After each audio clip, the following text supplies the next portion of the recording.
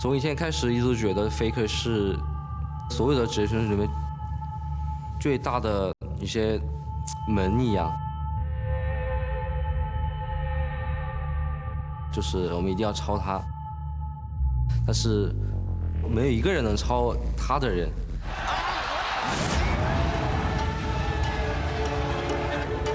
我个人一直都想着像 SKT 一样，成为跟他一样的就是战队，不管打什么比赛，都一定能打出好成绩。After watching Worlds, after watching Rookie make every top mid laner in the world just look bad, I was like, ooh, if he does that to Faker too, I don't think SKT can win. IG가 작년에 우승을 했기 때문에 역시 강력한 우승 후보인 것은 확실하지만 제가 평가하기에는 저희 팀이 조금 더 경쟁력 있을 수 있다고 생각합니다. 我毕竟打了这么多年，面对他的时候不能像弟弟一样，一定要打出自己的实力。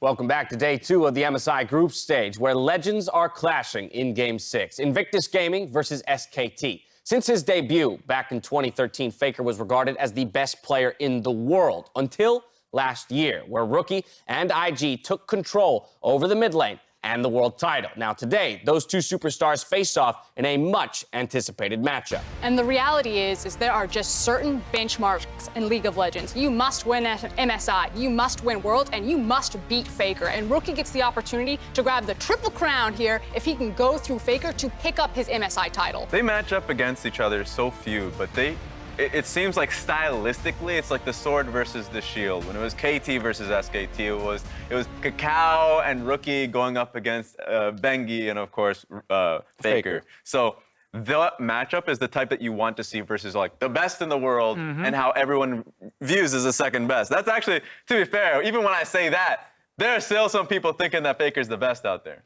I mean, I think Faker, he has a chance in this game here to knock Rookie down. You know, that would be actually a big surprise, I think, to many right now, because Faker, he's no longer the huge superstar on SKT. It's actually a lot of the members around him that we're looking towards, but Faker has experience, and it's something he can use together with maybe his support or his jungler to come towards the mid lane where we know Rookie are going to be playing aggressive, while Faker so far this tournament, he's sat back. He's been more of a wave-clear machine. As a contrast, while I still think Rookie's on top of his craft as a mid laner, I still think he's the best in the world.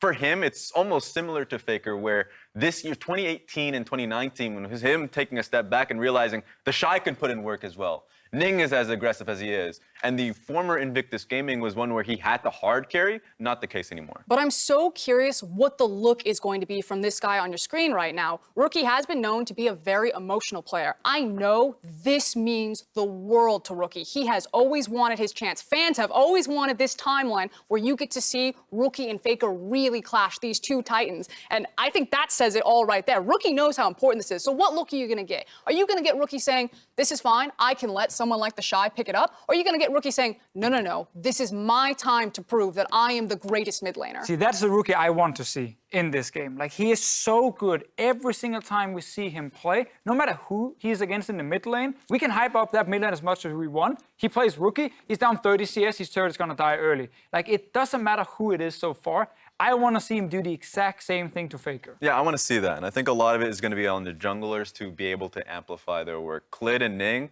they're going to be the ones that are really being judged on how these mid laners are going to be get out of the laning phase. Yeah, and I think, you know, we can contextualize this whole matchup by, again, reiterating that both of these teams are the #1 team in their region. And while it could be argued that Faker is not at peak Faker performance of, say, Season 3 and 4 and 5, when he was looked at as quite obviously the best player in the world, the teams themselves in their regions are the best. And so it will be about how they come together around these two superstar mid laners to ultimately challenge for victory. We've got a look at the trophy, what they're both playing for here today, and we're going to toss it out to the casters as the teams head into Champion Select.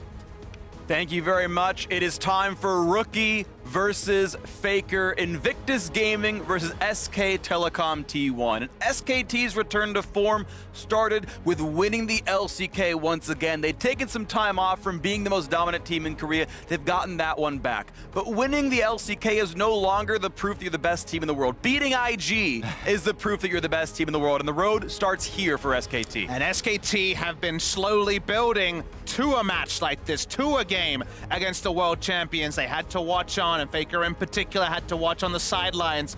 Every time Worlds goes to Korea, he's just going to be a stream viewer. But today, in MSI, he gets to battle Rookie, a battle that's happened so rarely since he joined IG. Just 2 games, and none of them in MSI or World. And let's jump into this Champion Select, because this last ban from IG, so respectful. After Clid's Rek'Sai game today, absolutely dominating, they're gonna last ban the Rek'Sai. And as much as everyone has always wanted to see Faker versus Rookie, Ning and Clid have fought in the LPL, 2 of my favorite LPL junglers, because of how explosive they are and key components in setting up these solo laners. First flex pick of Rise does get through. Oh! Taric could be with the Sona. Taric could just enable dives for Clid and the rest of SKT. That's even a little bit flexible right now, but already Champ Select looks spicy. Faker with a bit of a smirk on his face. He was interviewed and talked about how other teams could play the off-meta stuff, the different stuff, like the Sona Taric. That was the example he used.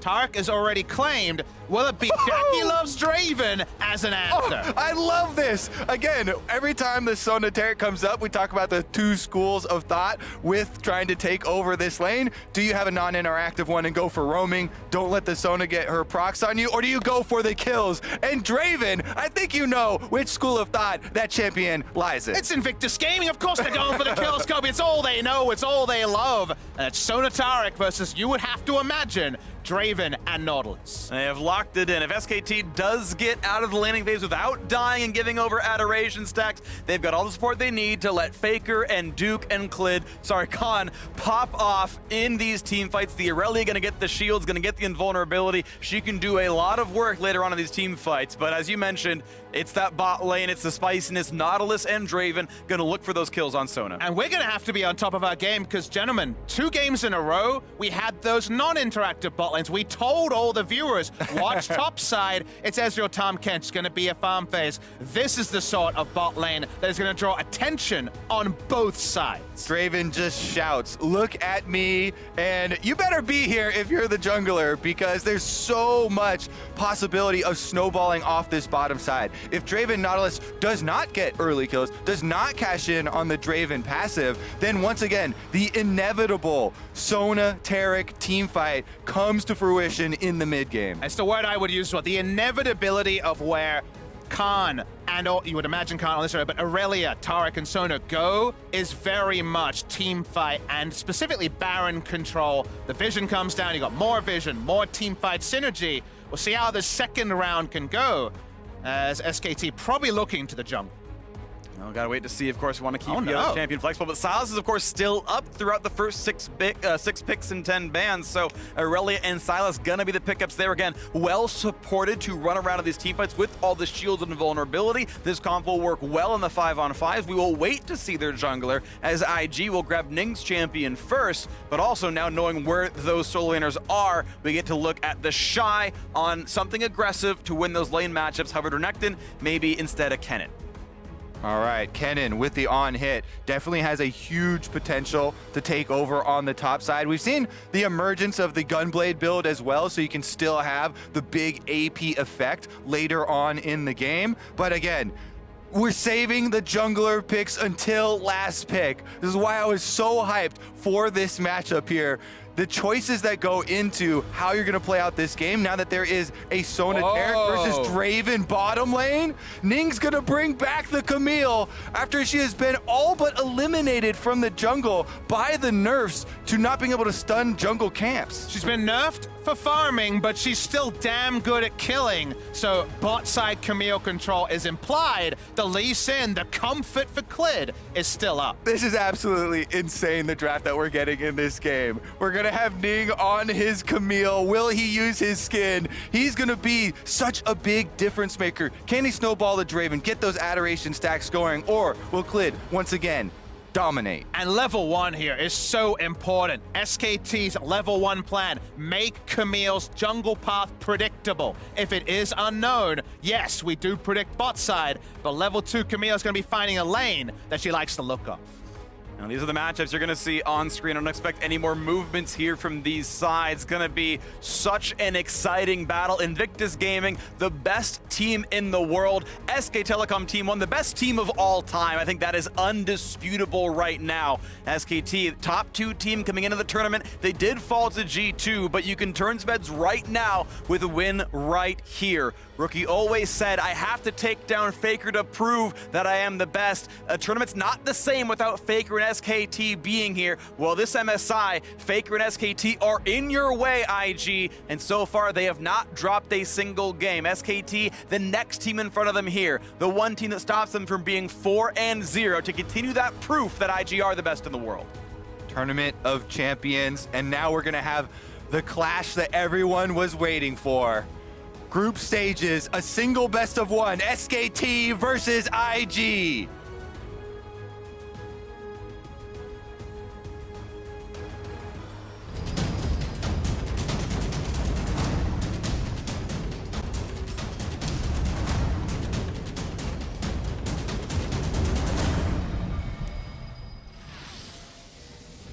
Two of the best teams in the world defending world champions Invictus Gaming and SKT, the historical best team of all time, piloted still by Faker in the mid lane, the best player of all time, and no one would ever dispute you on that. And level 1 already spicy, but the hook not yet going to land. There might be a re-engage already, a stun, and the fight has continued. We're doing it! Damage output, Rookie's already dead. Clint finds the first. They're traded back. Some adoration for Draven, but the fight might continue as Ning's got to run away. Some damage out towards Battleland, the flash over, and the flash over for another one as TP rejoins the fight, and Rookie is back in action. Teleport already used. You can tell these players are on the edges of their seats. IG tries to check the bush, but here they go again. They get the snare. He's on the edge of his life now as well, down to 300, flashing back to his mid lane, and this game is not disappointing. Guess what? Draven got the kill for Invictus Gaming. Meanwhile, Clid on the Lee Sin gets SK Telecom's early gold.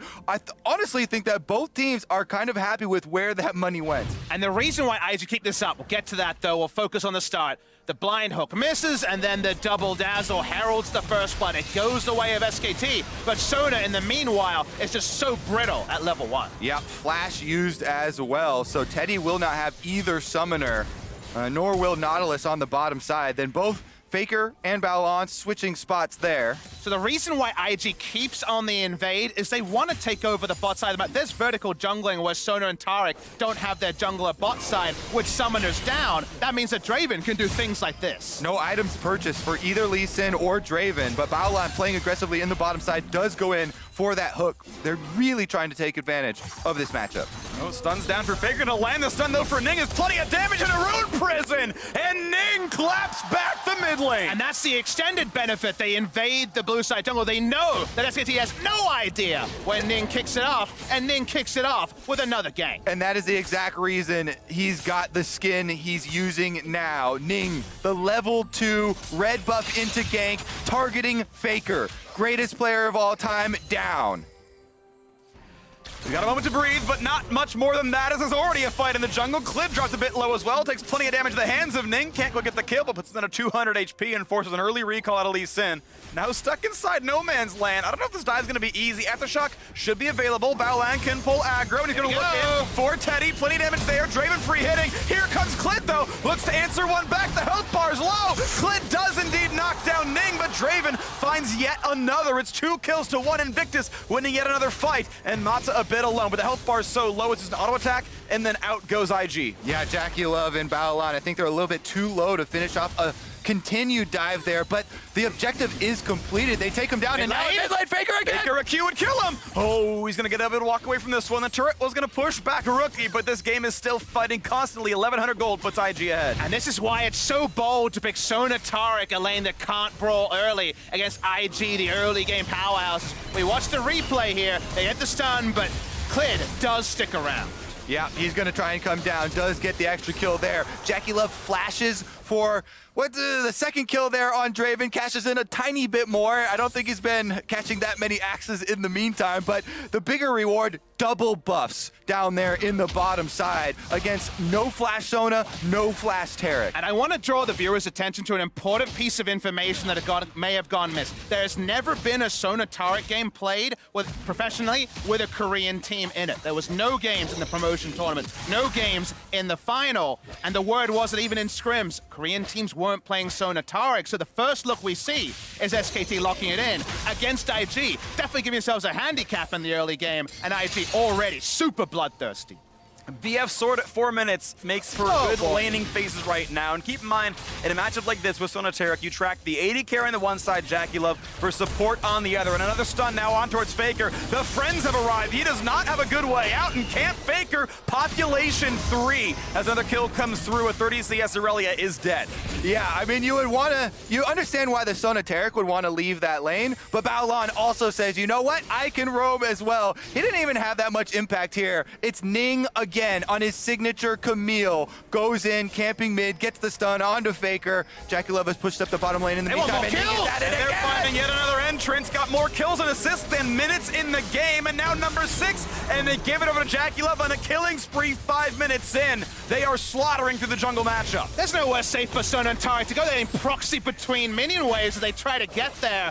JackeyLove gonna get free time on the bot side. A couple of shops later, Sona hasn't even upgraded her GP10 item. I gotta say, a lot of junglers stopped using Camille after the nerfs. Like you admittedly said, were mostly targeted at farming. Ning is not farming jungle monsters. Ning is farming champions, constantly getting these engages, landing the stuns for his teammates, and now IG set up for tremendous success only 5.5 minutes into the game. More kills than minutes, always a great sign for an LPL team, and IG firing on all cylinders. The Shy maybe not going to be a major factor in this one. Maybe the best player in the world. Free. He's not as important. Yeah, poor bot lane for SKT. It's level 5 and 4 versus 4 and 3. They've got an XP lead. They've got Ning coming by for round number 4 down here. You got to be careful if you're Mata and Teddy. Faker now laning bot lane just to make sure they can get 2 CS. As Mata has found number 11. He was on 10 2 minutes ago. And it's just that. Faker being there doesn't even allow them any safety. The tower's still going to go down. IG are not only going to get those mid plates, but also in the mid lane, Rookie has been able to push up those minions, and Clid was the only one left to defend. He can't stop the rise pressure either. This is absolute domination from the defending world champions. There's 4 control wards on the bot side. That's why you have to take the longest way around. It's a trios lane in the bot lane, not a duo lane, whether it's jungler or Faker rotating through, but it doesn't change anything. Bot lane win is inevitable, and the timer on Teddy and Mata having their items together is so far away. Mata, as you say, the champion picking up CS, he's been on 11 for a couple of minutes. This is one of those games where the top laners are both like, question mark, what's going on, guys? They don't have too much to say about this game, just farming on the top side. Meanwhile, IG just completely sweeping the map on the bottom. And coming into the tournament, people called Teddy and Mata maybe the best bot lane in the world. And right now, they are being handily dismantled by JackeyLove, Baolan, and of course, these roams from Ning. Now, yes, the first blood came through very early on, or at least the Adoration first kill during level 1, but didn't shop with that. It was several kills in that he got his BF. Party time! More partying towards Faker, gonna find himself a stun and a flash over the wall, nearly anchor tossed anyway, and Ning flashing for it regardless. They're gonna have the root, they're gonna have plenty of damage, but you've got Clid here, gonna find some damage, but not enough as another kill comes in at 7-2. 100% KP for Ning. Now a fight in the top lane, trading, slicing Maelstroms, but the Shy getting the better of that trade. Yep, Baolan gonna take a visit as well, comes over in wards, but Khan will be able to slip out. And once again, Ning flashing for it this time around, forces the engage onto Faker, and they get the kill once again. There's over a 5,000 gold lead, and we're 8 minutes in the game. IG is threatening to just roll over the top of them before the turret plates go down. 1,900 gold on either bot lane there, less than everyone else in this game. SKT is Clid. Actually, should be able to... Yeah, Ning seems to have come out, not going to find the ward up into the queue, so he's going to stay alive on this one. As an Ocean Drake makes the landing phase even easier for an IG that's already ahead. Now Baolan found out, does have a level deficit here, finds the Aftershock. Nice kick, puts him right in the face of Khan, but the damage could be a little bit high. Look at how low this poor Sylas is. The anchor toss, if it's up in a second, I'm not going to have it just yet. Dredgeline won't find a target, but now Rookie walking through a ward. He's spotted over here as the bot lane keeps pushing in. Faker could look for a bit of a battle against JackeyLove despite his level deficit. Doesn't have nearly as many items. Bloodthirster completed makes that pretty easy. Yeah, that's actually insane. Level 7 Draven with Bloodthirster on top side though. What you doing, boy? 4v3, not going to find the stun. Teddy flashing over the wall, gets a bit of damage, but no. Even with better numbers, SKT can't find that fight at all. Yeah, it's going to be completely in IG's favor. Bottom side, the Draven just abusing Faker here. Got a full Bloodthirster. You can just sustain through any all-in attempts from Faker. The lane assignments here are so flexible, but for SKT, they're just desperately trying to find any sense of equality around the map. It's gonna be hard to do. This turret now down about half HP. A single Trinket Ward keeps him pretty safe, but I think they saw Teddy coming down with that control ward, and we've got a quick intermission here. Invictus Gaming just slaughtering. We're not even 10 minutes in, and it's 19K to 13.5. I still think it's just so cool that Ning is doing this back on the Camille, that Riot devs themselves made an effort to remove from the jungle and make purely a top lane champion, but he's gonna say this is still my champion, and he's gonna make it work in such a snowbally fashion. Remember that Camille doesn't have a lot of fallback patterns now in the jungle. If it doesn't look like this and snowball very effectively ahead, you don't land those stuns, then you can get punished so heavily for this. So it definitely does take a lot of confidence to be able to do something like It's that. almost like a roam pick rather than a purely jungle pick, because the clear of the jungle was irrelevant, very secondary consideration in this game. It was purely to punish what Sona and Taric represent. Very much a white flag in the early game. We're farming out in our awkward fashion with melee range Taric and Sona stacking up the Spell Thieves in that fashion that she does, poking around. That never could happen this game. They were proxied off minion waves for so long. And yes, it really only works for some, but when you have a game plan with Camille, her gank threat at level 2 onwards is undeniable. Definitely very strong. Of course, talking about those changes to Camille from way back when, it was removing the stun onto jungle monsters, somewhat regionally gained some base attack speed to keep her clear a little bit better, to soften that slightly, but as you mentioned, very few players are playing the champion. And that basic attack speed that was given back was actually nerfed previously to that during the original nerfs as well. So it wasn't like an extra bunch of power added on. Regardless, you can see here it was a pause on, it looks like for Mata, it was definitely SKT's side, talking with the refs, getting translation and seeing exactly what's going on here with this. Hopefully doesn't take too much longer, but when we have a further update, that will be delivered to you. The plan for IG, even though the Shy maybe has a run for best player in the world overall right now, maybe even above Rookie, above Faker, above all these other players, this game is very clearly not about him anymore. They saw that Taric pickup at the end of that first phase of the draft. They said, okay, this game is about bottom lane right now. Pick up the Draven, pick up the Nautilus. Round 2, we'll pick up that Camille, and we're going to kill those champions. Yeah, I would say top lane is the only lane that this game is not about, because mid lane also dominating here. It was the level 2 gank towards mid with the Ryze Rune Prison that started everything off. And lanes in general are so flexible right now because Sona Taric aren't going bot anytime soon. They need somewhere, a short lane, a safe lane. They need some ward coverage, and they couldn't find that in the bot lane from very, very early. It feels like we should pat ourselves on the back. We said watch bot side, and there's been just a huge amount of kills there. You can see the end result with the pause at 934. We're looking at around 5,500 gold lead. IG just want to keep the pedal to the metal. They want to keep going It's a big shop already. I believe Warrior Enchant's already done for the Camille. They want to just continue to bulldoze through. And guess what? With this much money, you can buy a very nice car to keep that pedal to the metal. Say a very nice bulldozer, honestly. You talk about that one. They've got, you know, an upgraded engine and all the spoilers tagged on it as well. You mentioned the aggression coming out here, and I want to kind of commend Ning's sort of adaptation. Yes, the plan was probably coming in about bot lane, but Faker burned Flash during the level 1. They knew he was a target up until 7 minutes into the game, so as long as you have Rune Prison by level 2, walks over there, there is no way out for the Aurelia, who's missing a Flash and is going to get Rune Prison into Camille stun into taking 700 damage. If you think about a game where lots of summoners are down level 1, Flashes in particular, and you think, who are champions that can punish that? Camille is the number 1. And as we explained, the flow-on effect of that early brawl was there's no deep vision on either side. No one knew Camille where she would start, and she knew all the lanes that were set up for her to punish. So there was actually the level 1 brawl. With the First Blood, you might be baited into thinking, okay, SKT, a bit of gold onto some of their scalers, they'll get there easier. No, the immediate impact was punished, and by the 5-minute flash cooldowns later, a lot of this game was already won by IG. Yeah, it was actually the perfect level 1 with mid and bottoms flashes being used early. Easy target. He did such a good job, though, of also finding Clid in the jungle to harass him out first, so there wasn't any sort of turnaround.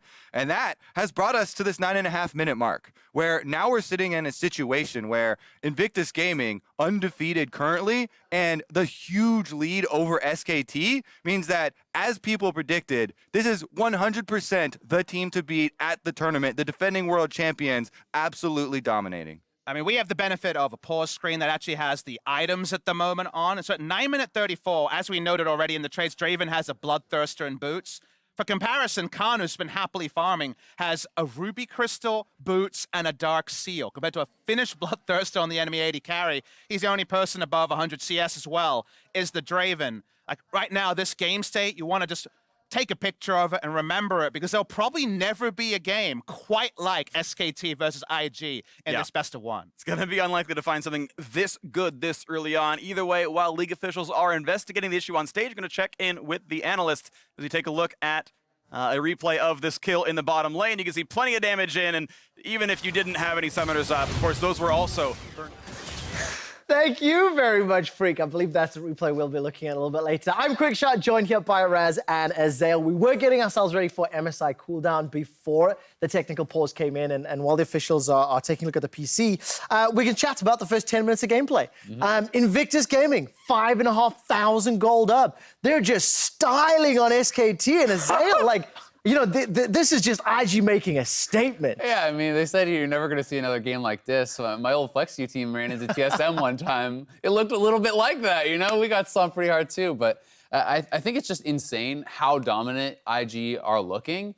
And when you compare how they are playing here to how they played in playoffs and how they played in knockouts at the world stages, it almost just feels like they're just having fun. Like they are not always playing the cleanest of games. They're willing to take every single fight, but they're dominating despite it. No matter how messy these games get, they still seem to be taking control. I mean, there are things where I just don't think Rookie would be doing it if he was really taking it, you know, the most serious, the most hardcore play to win. Like level 1, they get the first blood, he dies. He TP's back in while it's still level 1. What are you going to do in that fight? You're not even going to be able to rejoin. And then against TL, when he's TPing in on the Akali at 30% health with no ult and trying to kill Doublelift, Thing is, though, that shutdown. Thing is, though, I am hearing the players are busy going through ready checks. So, Raz, like, are you surprised by this bravado that Invictus are showing? They are 3-0 up, and they're still winning games despite the haphazard calls. Oh, not at all. Like, best of 1s, you learn the most off of that as well. And they're the type of players that they are so confident in their own capabilities. When they see Sona Tark, we haven't seen Sona Tark at all in the LPL. Like, while the rest of the world are going for it, in the LPL, we have our options like the Leona and the bot side of the map. This time around, you're going up against IG, and you have a Draven one trick of the past. It's like, why not, right? So, especially off of that level 1 where Draven gets that first kill, they just look for the immediate dive in the bottom side of the map because the Camille was ready for that. I guess the thing that I want to point out is that, yes, I agree that the decisions they're making are unequivocally bad. However... So at times, only... At times, like, you know, like you said, teleporting in at level 1 after you've died, or TPing in to chase Doublelift when you have 30% HP with no ultimate. Those are bad calls. Yeah. But in the grand scheme of things, when you step back, when they are undefeated in the group and they're still winning the games, like, how much pressure do we put there, Azael? I mean, I just think they have so much confidence that they can play their way out of any situation, essentially, right? They have so many individually talented players that they are willing to take fights and have these scenarios. Azael, they are willing to take fights. We're going to head back to the casters as we're back in game. Thank you very much, analysts, for buying time for us. We had apparently a quick freeze on Mata's computer. League officials decided that did not affect the flow of gameplay, so they play through despite that happening. And we are, of course, now back onto the Rift here. And if you're just joining us, you missed an exciting first 10 minutes. Invictus Gaming came out swinging. Technically, SKT did get first blood, but IG answered back hard with kills in the mid lane, kills in the bottom lane, and a 9-minute bloodthirster on a Draven. Yeah, honestly, it was ridiculous. The bottom turret also taken pre-10 minutes there by Invictus Gaming. Every single plate going to the Draven. We saw him almost threatening to dive Faker's Aurelia under the tier 2 pre-9 minutes. I got good news. The almosts are now definites because he added another BF sword on his next back. So at this point, you play internal mind games like how many Whirling Axes kill a Sona? Probably 2 or 3. This is insanely strong Draven, and while we've talked about the scaling of SKT's comp, when you have this much of an interrupt on specifically Sona and Taric, who kind of have to get the game flow in their hands, it may never happen in this game, and it feels like the scaling is almost a point not worth discussing. Nowhere is safe, really. You always have to worry about the long range of the Camille engage, and that stun duration is long enough for either the Draven or the Ryze to 100% to 0 any member of SK Telecom. I ran the math, by the way. It would take 4 auto attacks. 4 empowered auto attacks. If Teddy didn't have armor, it would only be 2. But he's got 62 armor. It would just barely take 4 until more scaling comes in. It's the little victories, I guess. You'll survive 3 if you're full health. So Teddy, you got him. Knock him dead, buddy. Still, of course, an incredible start for IG. 6,500 gold up. Look at the leads right here. The Sight Stones starting to be completed pretty soon. And we can see now, as the rotation comes into mid lane, who's going to defend this turret. They're going to try, but they've got to be afraid. We can call it defense technically, as they're trying to kill the minions, but JackeyLove still getting the auto attacks on the turret. Yep.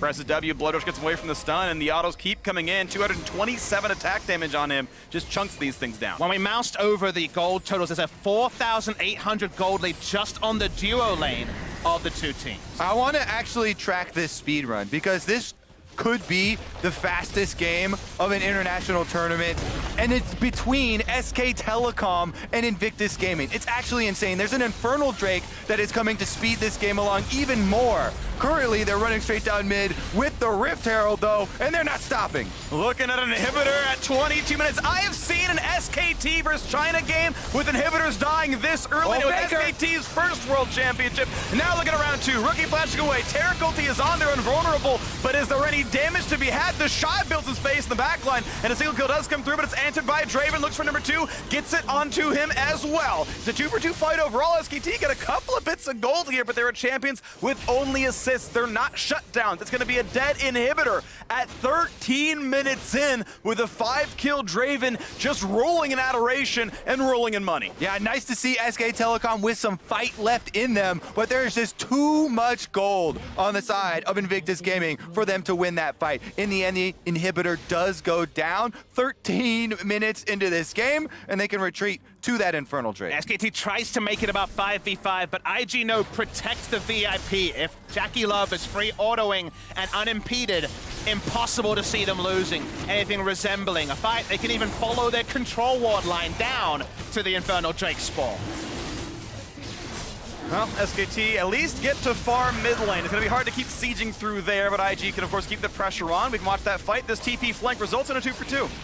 All right, Faker flanking around on the bottom side, does go for Rookie. Him and Klid are able to get it with the knock up there very nicely. And he honestly almost gets Ning as well, but Babylon's there able to peel, and JackeyLove has the axe in the air. 2-for-2 is way more than you'd expect with the gold lead that IG had put together. But JackeyLove takes the kill. They still get the objective they were setting up for in the mid lane inhibitor, and also backing away to the Infernal Drake. Mercurial Scimitar and another BF sword is completed. That's more lifesteal and even some more ability to persist through the fights. I see a hand signal there, Freak. We're down to 3 auto attacks. Oh, good. 800 damage per Q for JackeyLove. He does a lot. Sorry, 600 damage per auto attack.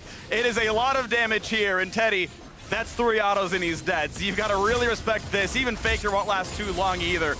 As you can see, IG keep the pressure on. Mid will push by itself. Bot tier 2, the target.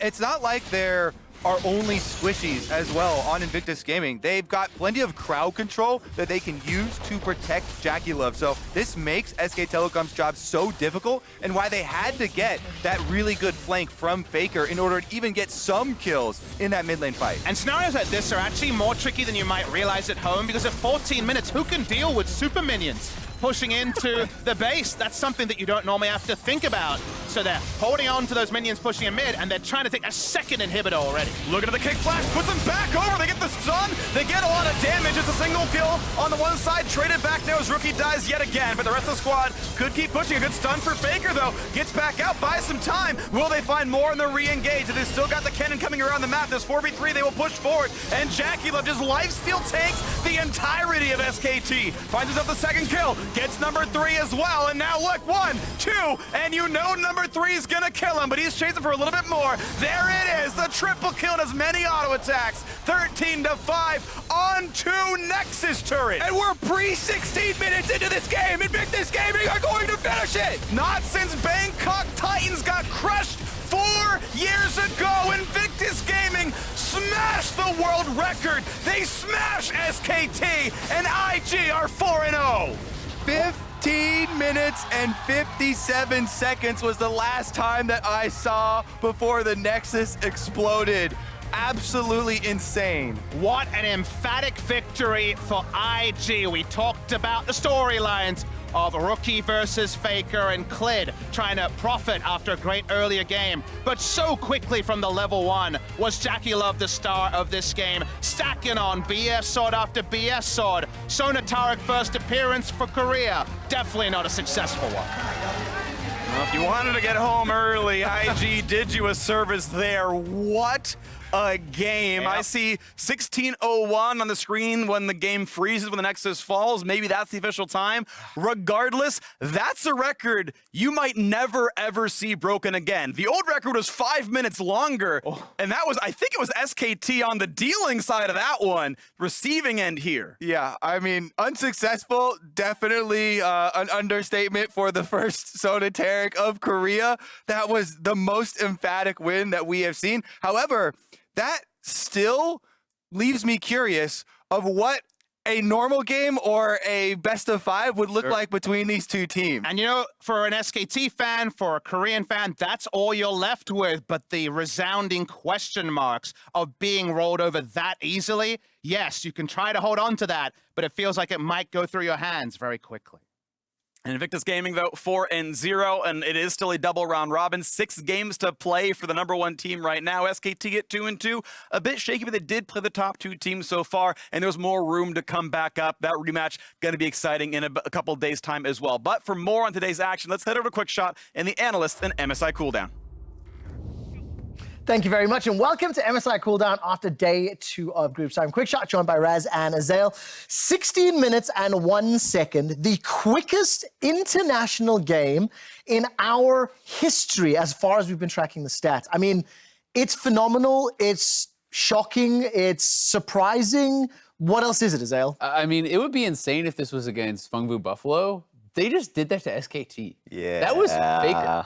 Right? Like, that is the most mind-blowing part about it to me. Not that this happened to a team, that this happened to the team. This is the 3-time world champions. This is the greatest player in League of Legends history, and they got absolutely trashed. We thought this was going to be like top 2 of the tournament, like between Invictus Gaming and SKT.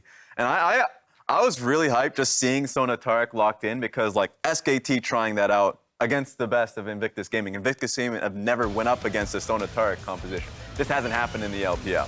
No, it hasn't. And of course, it started with some craziness. This is, by the way, the quickest first blood in MSI history, actually beating the previous record, which was set during the play-ins earlier this event. It then goes to level 1 teleport. It then goes to JackeyLove getting what was an 8-minute bloodthirster. And 8 minutes later, the game is over. I mean, despite Faker trying, the game was lost around him. Yeah, I mean, they just did such a good job. You saw Ning everywhere. It's the bot lane dive, then it's back to Faker a number of times, taking him down. And when JackeyLove's that far ahead on his Raven, we have all played that game in solo queue where he gets the Bloodthirster that early, and you're like, great, I hit all my skills, I'm on top of him, and he's still at full health. Like, you just can't outdamage the healing. SKT legitimately, after that point, did as well as they could. Irelia rotated bottom side when there's a second dive looming over, another huge building wave coming in mid lane, and then guess what? Invictus Gaming said, okay, we recognize you, but we still are gonna bowl you right over. So I have two questions that come from this. Now, you said you liked seeing SKT locking in the Sona Taric. Yes. I did not. I was sitting backstage, I saw Khmer, and I went, this isn't an LCK thing. This isn't something that I've seen a lot. This isn't something that I associate with the Korean players. So what is it that you did like? And obviously the game was lost, irrelevant of the champions, right? But like, why do you appreciate their attempt? It's the same reason why we kind of talk about Invictus Gaming going out and like trying new things, being as bullish and aggressive as possible, is because this is you trying to learn as much and gather as much information going into the best of 5. A lot of eyes for us were going on to how valuable Sona Taric is, and it's going to work against, you know, the most aggressive team in the tournament. And while the answer is no, for me, going into this tournament, I was like, well, for certain, SKT and Invictus Gaming, I'm almost guaranteeing them going into the best of 5. They need to learn these lessons before we find themselves going into IG. And so for now, we're saying, that's insane. But if you're thinking in the future, then SKT is saying, okay, in drafting situations, we're just not going to go for it. You know, my question is just like, I think I understand that, you know, the idea of like feeling out the meta, of trying different strategies, of doing all these things. What is the lesson you learn when you're seeing games like this against IG, where it's like, okay, well, they're just too good? But then what do we learn? Because, Azel, you and I were sitting backstage and we're talking about our hopes for this matchup. You know, I personally wanted to see SKT look competitive against IG. I was hoping for IG, G2, SKT to be the top 3. After I've seen what IG have done to the entire competition and the plethora of styles they've employed, whether smart or not, I mean, what's your big takeaway as far as the leaders and the favorites for this tournament? Can anybody even contend IG? I mean, I think not with the performances that we've seen in the first half of the round robin. I think we're going to have to see teams significantly step up to really be able to challenge them. Certainly, you know, in the G2 game, there were drafting issues. You know, that was kind of taken on the chest by Grabs. He was saying that that was his fault. So we'll have to see, you know, if G2 can kind of match up better against them in the second round. Certainly, SKT fans are going to point to the Sona Taric and say, well, things went wrong from the very get-go. But I think regardless of the draft, teams are going to have to play at a higher level to really be able to match, because we have seen, you know, how many times, 5-6 times of Rookie versus Caps now. Rookie has slaughtered him every time. Rookie has just looked a cut above every mid laner, and the Shy, I would say, has looked a cut above every single top laner. And when the game is so centered around solo lanes and taking over the enemy jungle, at this point in the game, it feels like you have to play better than what you showed if anyone's going to challenge them. That's why I would highlight that in my G2 matchup. I think if you can get past that mental block, prioritize the lane a little bit more, certainly you have Jankos who's going to be there by your side. I would expect that to be a much easier matchup if they prioritize that. So for me, I still have a lot of faith in G2 in that best of 5.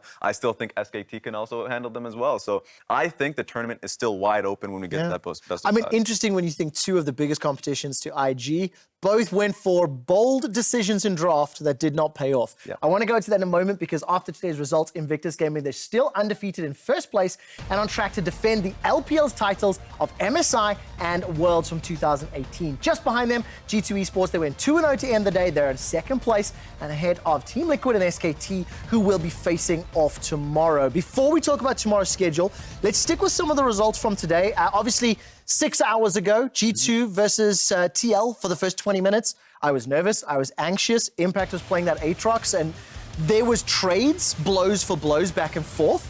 And I got quite excited seeing what TL brought to the table during the early stages of the game. I was really excited. I think for me, what I took away from this was G2 came in smart, understanding they can split the sides of the map and really challenge Impact to carry.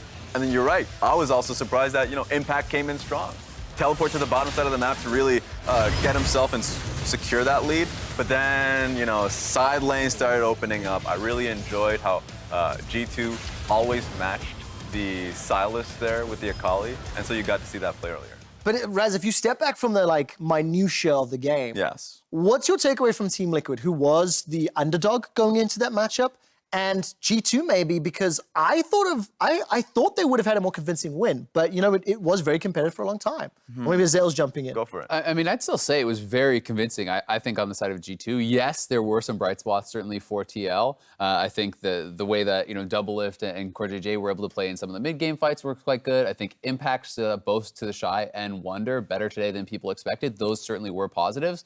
But let's be honest, I mean, Caps destroyed that game. He absolutely ran over that game. It was still, you know, a 30 or so minute victory. There were perhaps opportunities, I think, for TL to maybe get back in it. But I think what is so impressive about G2 and what has really stood out to me is not just the way that they are able to individually outplay matchups and get advantages, but it's how they move those advantages around the map. When you look at G2 against SKT, we saw it against Khan with Wunder, you know, the whole game plan, Caps and Jankos up the top lane, Jace is super fed. He's not just sitting in that lane, he's going by, he's taking that turret. Then he goes mid, he takes that turret. Same thing happened here with Caps.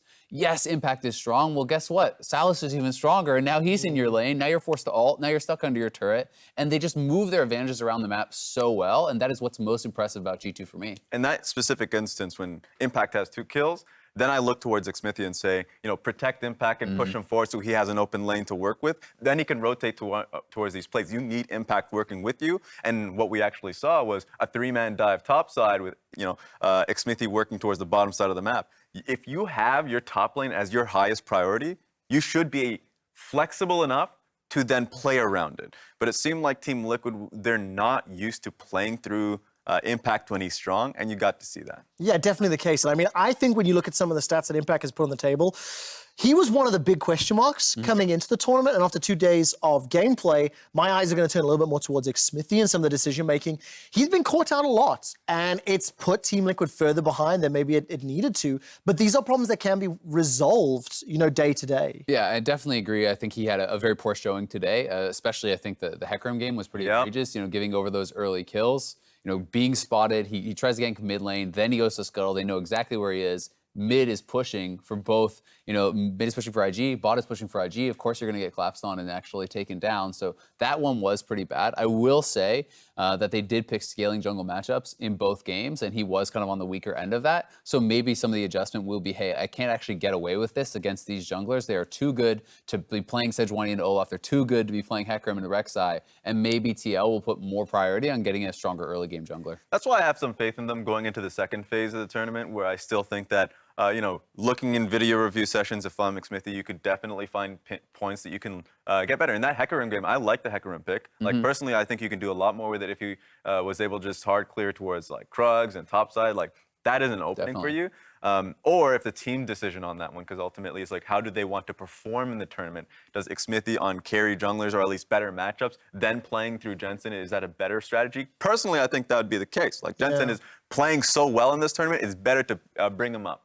Well, let's take a look tomorrow, because you mentioned the second half of this tournament. We'll see whether or not Team Liquid can bounce back tomorrow. They'll close out the first round robin by taking on SK Telecom, who are both sitting at 2-2. Then later in the day, we'll play Flash Wolves Invictus Gaming, SKT G2. Let's start, first of all, the two teams that are 2-2. We've seen some shaky performances from both SK Telecom and Team Liquid.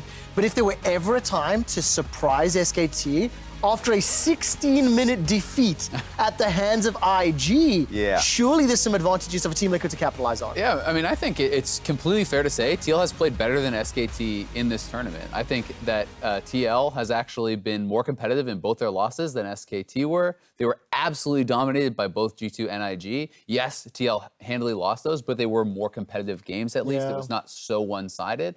And they were quite clean against both Flash Wolves and PvB. You know, they play a similar style, and if SKT is not playing, you know, up to their kind of lofty standards that we're used to, they are certainly approachable for TL. You know, TL can take this team, I think, you know, in a late game. I would push that to in the sense that for SKT, when I saw both, like, 2 of the games where they were falling, the first game of the tournament when they went up against G2, I think that was, we all like talked about how a drafting decision that Klid, while he played well in the early portions of the game, the rest is like, there's not much I can do here. While in this same situation, it seems like when they were pushed to the wall with the Taric and Sona, they literally had no wave clearing options, no damage options. The Sona is like, I just keep going into the mana pool while Draven's just going wild. So I think I would still say that SKT is certainly the stronger team going into that matchup, but both teams have breathing room. Both teams have a very similar style of being able to go for a more elongated game. So you ain't going anywhere near a 15-minute extravaganza. Give me some closing thoughts before we wrap out the day. What does Team Liquid have to do to beat SKT in your mind? To me, I want to see Olaf or early game jungler specifically on Xmithie and for him to continue to play through mid. If Jensen's going to continue to perform, then you have yourself a bridge to the late game so Doublelift can come in.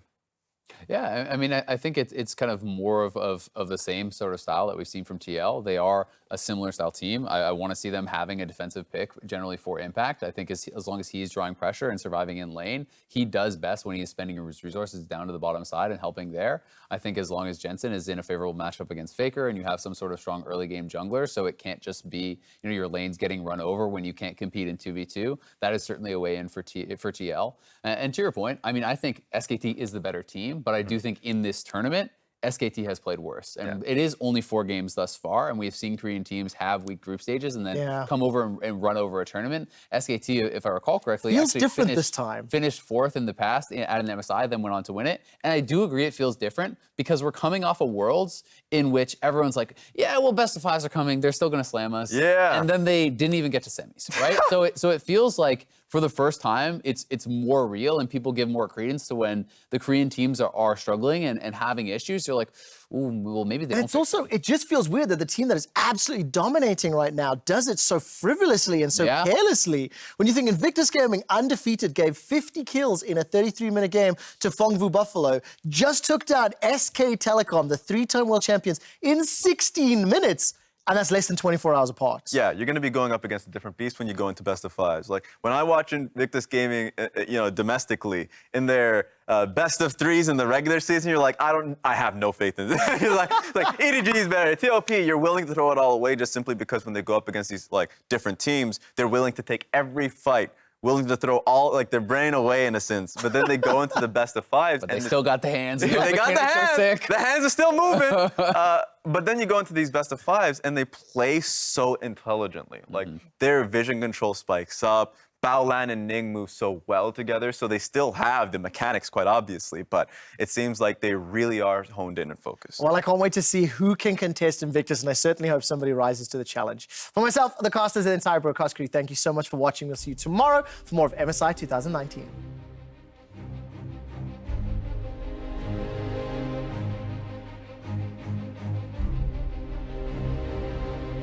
G2 1-1 after a tough first day. Will the scores even up, or can TL pull ahead with a 3-0 start to the group stage? Caps going forward, Jankos is here as well, does manage to land the stun in the Shroud. Invisible, but I don't think it's gonna be long enough. The flash out, clutch from Jensen. Jankos wants it, he's going for it. The axe will come through. That was pretty crazy of you, but good job. That's going to find the kill here. One with a clean flash to try to make it to safety. The healing now coming in. Impact has to be careful. Wonder, does he have the time to wait this one out? The kill going through for Impact. Look at Caps going in. Hungry for blood, using everything to go and stealing the offensive. Killing with it. Back to Lissandra. Missing a third proc to the Dark Blade. Impact running out of time here. Caps going to try to take him down. Perfectly timed. Caps now unstoppable. Caps running over this game. I can also tap ult soon. Oh my god. Oh my no way. They actually Rookie and the Shine. Yeah. They actually are, yeah. Oh my god. They find the ace. G2 3-1 to close out day 2. Can he find the second? It's close. The health bar's below 100 each, but he's got to watch out for the Praise Seeker. Another grasp to Minidash. To grab both kills. Let's come around as well. Elise might come in for a little bit more. Looks like damage can't find that just yet, but here comes the Rek'Sai. Big damage for Clid on a rampage now. He's a monster. Another Infernal spawning. Oh! And now you got more problems. And Faker's on the board of his first kill. Looking for the second, flashing over the root. Now you see if they can find the tower dive as well. Ignite goes down immediately. They're finding the focus right in. Jaculaf going to take down Doublelift. Ning going to go under and come back up, resetting the tower aggro beautifully. Rookie is in the midst of the fight. They have to be careful. Doublelift trying to make it a safety. Do the QSS, but Rookie got the kill. That's going to be it. It's going to be a clean sweep for IG as they cut through the remaining members of Liquid. There might be a re-engage already, a stun, and the fight has continued. We're doing Look at it! the damage output. Rookie's already dead. They're really trying to take advantage of this matchup. Oh, stun's down for Faker to land the stun though for Ning is plenty of damage in a Rune Prison. Regardless, they're gonna have the root. They're gonna have plenty of damage, but you've got Clid here, gonna find some damage. Will they find more in the re-engage? They've still got the cannon coming around the map, and Jackie left his lifesteal tanks the entirety of SKT. Finds himself the second kill. Invictus Gaming smash the world record. They smash SKT.